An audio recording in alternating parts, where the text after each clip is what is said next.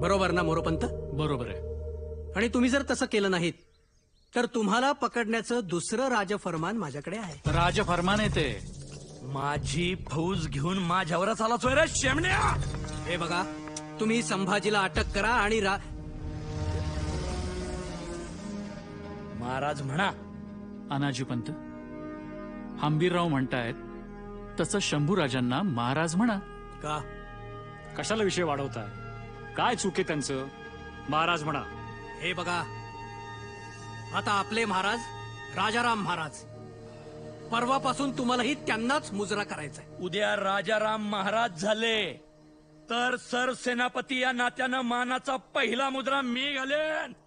तू आत्ता शंभूराजांना महाराज म्हण. नाही म्हणणार. अनाजी पंत